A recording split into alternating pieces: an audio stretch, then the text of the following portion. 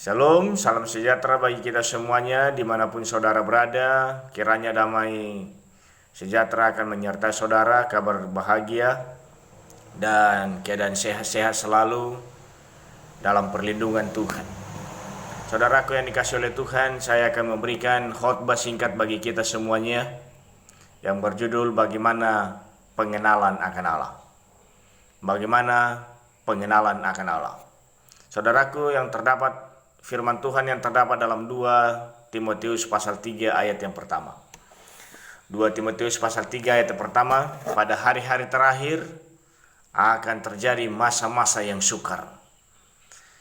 Salah satu firman Tuhan yang dituliskan oleh Rasul Paulus kepada kita, di mana pada akhir zaman atau hari terakhir sebelum kedatangan Yesus yang kali kedua akan banyak masa-masa yang sukar yang dialami oleh manusia. Contohnya salah satu yang kita alami saat ini, yang terjadinya di beberapa negara tentang wabah corona. Saudaraku yang dikasih oleh Tuhan, sebagai orang yang beriman kita tidak perlu panik, kita tidak perlu khawatir, kita tidak perlu gegabah di dalam hal ini. Kenapa saya katakan demikian? Karena memang itu sudah disampaikan Tuhan jauh sebelum kita ada. Saudaraku yang dikasih Tuhan, kita lihat sekarang keadaan negara-negara, termasuk negara kita, yang menghimbau banyak gereja-gereja atau tempat-tempat yang dapat menghimpun banyak orang. Disarankan dan diberikan anjuran untuk sementara waktu menjauhkan diri dari sana. Untuk apa? Untuk membatasi penyebaran virus ini. Dan tidak heran juga banyak gereja-gereja sekarang ini yang melakukan lockdown. Saudaraku yang dikasih Tuhan, saudara dan saya perlu bertanya. Dan saya mengimani bahwa ini bukan kebetulan. Bahwa ini bukan kebetulan kita dapat beribadah di rumah-rumah kita masing-masing. Ya. Tetapi ini semuanya rencana Tuhan. Saya percaya ada rencana Tuhan yang terindah di balik peristiwa ini. Saudaraku yang dikasih oleh Tuhan, atau mungkin saja ketika kita beribadah selama ini di gereja-gereja, belum terjadi kedewasaan iman secara pribadi di dalam hidup kita. Dan inilah saatnya. Dan inilah saatnya kita dapat menggumuli, dan inilah saatnya kita dapat merenungkan secara pribadi di rumah kita masing-masing. Ya. Bukan berarti ketika kita beribadah di rumah kita tidak ada pertumbuhan iman. Bukan berarti kita beribadah di rumah kita masing-masing kita memutus iman kita dengan Tuhan. Bukan berarti ketika kita beribadah di rumah-rumah bahwa kita tidak beriman. Oh tidak. Melainkan inilah kesempatan kita untuk datang kepada Tuhan. Melainkan inilah kesempatan kita untuk mengeratkan hubungan kita akan pengenalan akan Tuhan. Pengenalan akan Tuhan secara pribadi. Pengenalan akan Tuhan secara keluarga kita. Mungkin saja selama ini kita sibuk dengan pekerjaan kita. Mungkin saja kita sibuk oleh karena situasi lingkungan kita. Atau mungkin saja kita sibuk dengan segala sesuatu yang kita lakukan, sehingga kita tidak memiliki cukup banyak waktu dengan keluarga. Sehingga pada saat ini gereja-gereja melakukan lockdown, itu artinya rencana Tuhan yang lebih indah sudah disediakan bagi saudara dan saya. Jadi ketika kita beribadah di rumah kita masing-masing, itulah saatnya kita mengumpulkan suami, istri, dan anak-anak kita atau siapa saja yang di rumah kita untuk dapat menjalin hubungan yang baik dengan Tuhan. Dalam Pengkhotbah pasal 3, kalau kita baca keseluruhan Bapak Ibu, ada waktu untuk lahir, ada waktu untuk mati, ada waktu untuk menanam, ada waktu untuk menuai, Ada waktu tertawa, ada waktu untuk menangis. Dan sekaranglah waktunya kita menggumuli, dan sekaranglah waktunya kita membuat hubungan secara keluarga, secara pribadi akan pengenalan akan Tuhan. Saya percaya ketika kita melakukan hubungan dengan Tuhan, maka kedewasaan iman kita akan bertumbuh. Maka iman kita akan semakin diteguhkan. Ya. Oleh karena itu Bapak Ibu Saudaraku dikasih oleh Tuhan Yesus, selama kita beribadah di rumah kita masing-masing, marilah pikiran dan hati kita fokus, terpusat kepada Sang Khalik saja. Ya. Peristiwa ini kita dapat menjalani hubungan yang baik dengan Tuhan, menjalani hubungan dengan ikhlas, menjalani hubungan itu dengan tulus dengan Tuhan, dan menjalani hubungan kita secara pribadi, secara keluarga dengan bijaksana kepada Tuhan. Dengan demikian akan ada kedewasaan iman kepada kita. Iman kita akan semakin dikuatkan untuk menjalani hari-hari kita ke depan. Sehingga ketika kita beribadah kepada Tuhan, bukan berarti Tuhan meninggalkan kita. Bukan berarti saudara-saudara seiman kita tidak peduli dengan kita. Tetapi melainkan kesempatan yang berharga ini kita dapat untuk membuat pengenalan akan Tuhan lebih baik lagi di rumah kita masing-masing. Sebagaimana Tuhan berfirman di dalam buku dalam buku Yohanes pasal 17 ayat 3. Yohanes pasal 17 ayat 3. Inilah hidup yang kekal itu, bahwa mereka mengenal Engkau satu-satunya Allah yang benar, dan mengenal Yesus Kristus yang telah Engkau utus. Saudaraku, buatlah pengenalan akan Tuhan, pengenalan akan Tuhan yang benar, secara pribadi, secara keluarga di rumah kita masing-masing. Sebagaimana Tuhan yang mengutus anaknya, yang memberikan kesaksian kebenaran, maka saya percaya saudara juga akan bersaksi di rumah saudara masing-masing, kepada anak, kepada istri, atau kepada suami. Saudara akan menyaksikan bagaimana kuasa Tuhan yang terbesar.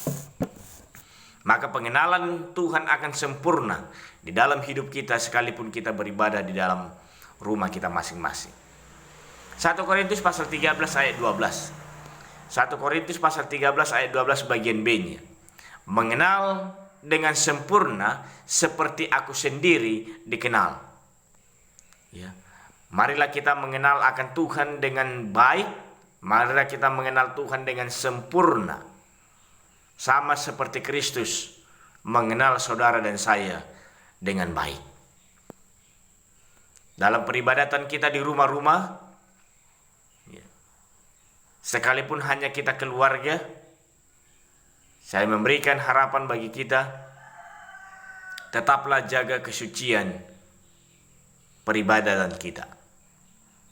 Karena Tuhan berfirman, di mana ada 2 atau 3 orang, maka Tuhan akan hadir di sana. Lakukanlah itu dengan tulus dan ikhlas, supaya kita beroleh pengenalan yang baik kepada Tuhan. Saudaraku yang dikasihi oleh Tuhan, karena di zaman terakhir ini, di akhir zaman ini, akan banyak terjadi masa-masa yang sukar. Ini adalah masih permulaan sebelum kedatangan Yesus yang kali kedua. Di dalam 2 Tesalonika, 2 Timotius pasal 3 ayat pertama, 2 Timotius pasal 3 ayat pertama, pada hari-hari terakhir akan terjadi masa-masa yang sukar. Tuhan berfirman, saudaraku yang dikasihi Tuhan, saudara pernah berpikir akan apa dampak yang akan terjadi sekarang ini? Sekarang ini banyak negara-negara juga, bukan hanya gereja-gereja yang lockdown, tetapi banyak negara-negara juga yang melakukan hal yang sama, seperti yang kita lakukan sekarang ini. Ya. Saudaraku dikasihi Tuhan, bukan berarti kita tidak beriman, bukan berarti kita takut akan wabah itu, bukan berarti kita menjauhkan diri dari Tuhan, bukan. Tetapi kita perlu saling menghargai satu dengan yang lain, perlu kita menghormati, dan perlu kita melakukan tindakan yang bijaksana, bukan yang konyol. Itulah orang yang beriman. Itulah orang yang beriman.